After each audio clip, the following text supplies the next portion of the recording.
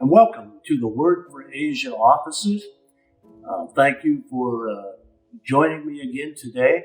What I'm trying to do in these short clips is help you understand a few of the secrets to effective business negotiation in mainland China. Why is it that so often we hold banquets, countless trips into China, receiving guests from China here in America, but nothing happens? Perhaps a few of the things that I'll share today will be helpful to you. First, we make friends, then we do business. That is not true in the West. We say, you have a product or a service, I need it, we sign the contract, and that's it. Whether we become friends is secondary. Not so in China. It's vital that that be understood. Now it gets even more complex. How do I make friends? With whom do I make friends? Well, we need to understand that China is a hierarchical structure. The national, the provincial, the city, the counties, and yes, counties come under the city, the counties, then the town, then the villages, and then remote places that you may have to hike into because there's not yet roads to be driven on. So who do you make friends with? Well, it depends on what you wish to do. Now, the complexity is that there are many people that can say no to your proposal, but there's very few that could say yes. If the person at the city level that you're interfacing with says, I definitely want to do something, that's great.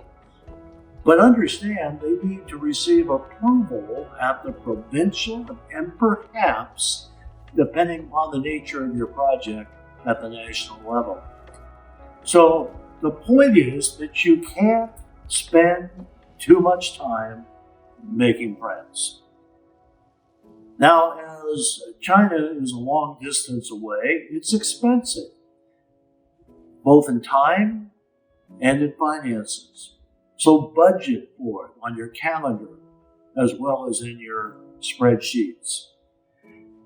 Now, let me just briefly, in this segment, explain to you why people are hesitant to say yes.